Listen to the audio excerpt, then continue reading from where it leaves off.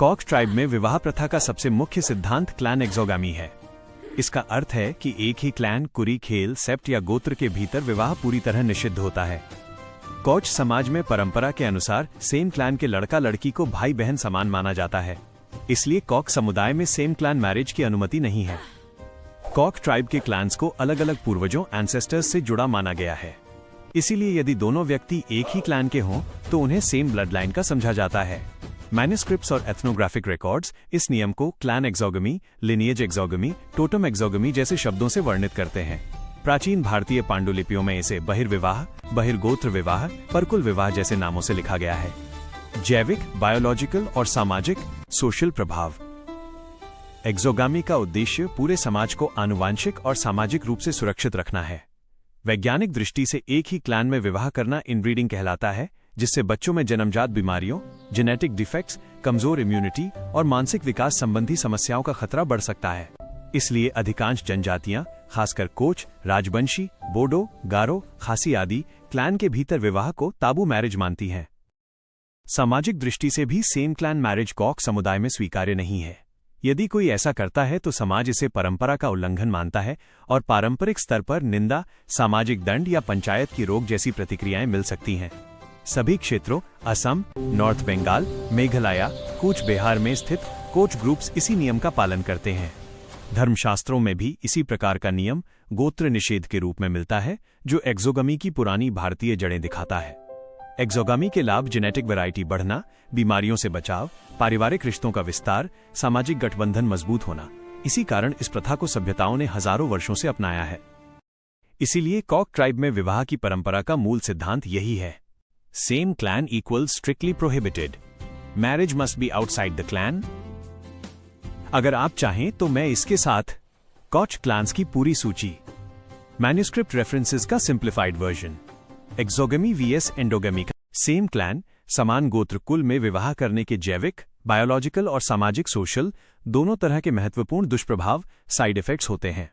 Kock जनजाति के संदर्भ में और सामान्य रूप से बहिर्विवाह, एक्सोगमी का पालन करने वाले समाजों में इन दुष्प्रभावों के कारण ही सेम क्लैन मैरिज को कठोरता से निषिद्ध, स्ट्रिक्टली प्रोहिबिटेड माना जाता है।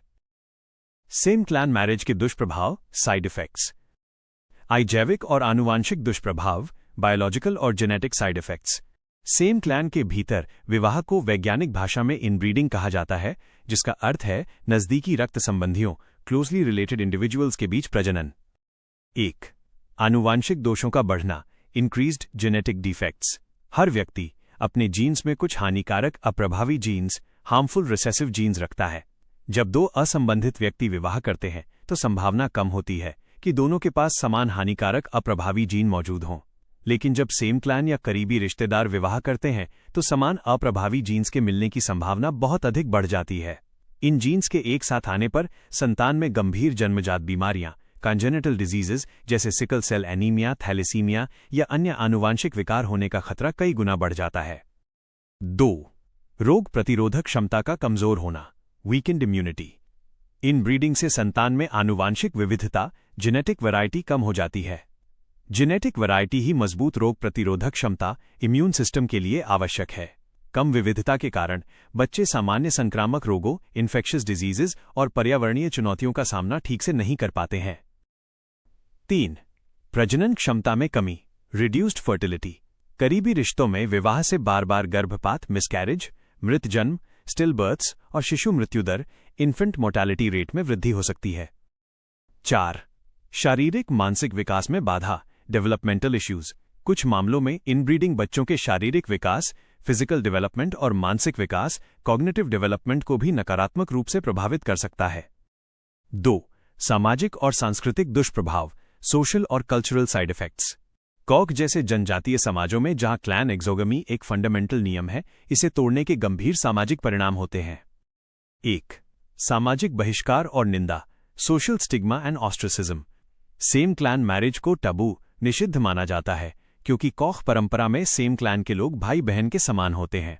ऐसा करने वाले युगल और उनके परिवारों को समाज द्वारा अपमानित, कंडेम्ड किया जाता है और कई बार सामाजिक आयोजनों से बहिष्कृत, सोशली बॉयकॉटेड कर दिया जाता है।